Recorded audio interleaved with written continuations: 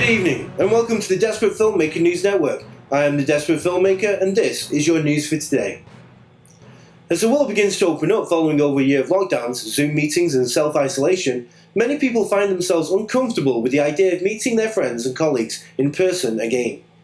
Here to help, we have the top 10 things to remember when going to meet people in person from the Centre for Useless Advice from Untrained Experts on the Internet.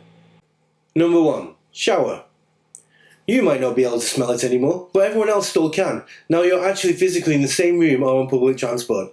So remember to take a shower, clean your teeth, suck a breath mint, and put on a reasonable amount of deodorant, or risk being asked to go back to social distancing for the sake of everyone else's olfactory senses. Number 2. Watch your face. That's right, remember the camera is always on when meeting in person, so the person you are talking to can see your WTF face, or the fact you are smiling while commiserating over bad news. We recommend practicing your non-committal, I'm listening and engaged face before leaving your front door. Number 3. Wear pants. Not only is the camera always on, it can see more than just the top half of your body. Always wear trousers when visiting someone in person, especially when dropping the kids off at school. That sort of behaviour has not become normalised just because you can't remember where you put your underwear. Remember, pyjamas are for sleeping in, not business meetings. Number 4. There is no mute button. In an important business meeting and your boss says something really stupid, don't say, "Excuse me 1 minute," then turn to your nearest colleague and have a good laugh about what an idiot you were working for and how you wouldn't be here if you could get a real job for better money. Your boss can still hear you. There is no mute button and it's not going to end well. Number 5. There are no bad connections. Similarly, you have one of those really annoying friends who you can't wait to get out of a conversation with. Well, you can no longer fall back on the old, "Sorry, I have a bad connection, I'll have to call you back later" excuses.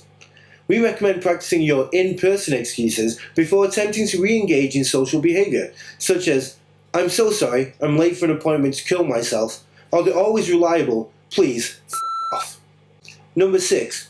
Don't multitask. Unfortunately, this means that when you are meeting in person, your colleague can see that you are not paying attention to what they're saying, and are instead watching the latest episode of Bridgerton on your phone. Either accept that you are going to have to pretend you actually care, or practice one of your excuses from number 5. Number 7. Time management. Remember, getting to an in-person meeting at a location other than your living room or bed will probably take you a little longer than normal.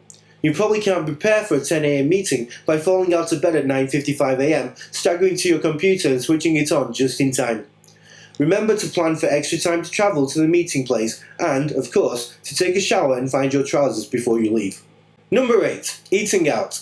If you're lucky enough to be living in an area where restaurants and bars are slowly opening up again for customers and you're invited out for dinner, don't pour the food into your bag and leave the moment the waiter puts the food on your plate. It's possible that this was an invitation to eat dinner together at the restaurant, and you should probably confirm this before assuming it was a takeaway.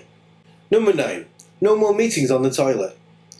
You shouldn't have been doing this anyway, but if you're one of those people who likes to conduct their daily bowel movements on the toilet while listening to a particularly boring Zoom call, then this is definitely not acceptable when back in public. Please stop any conversations when you need to go to the toilet. You can pick up where you left off when you get back. And finally, number 10, you're not alone.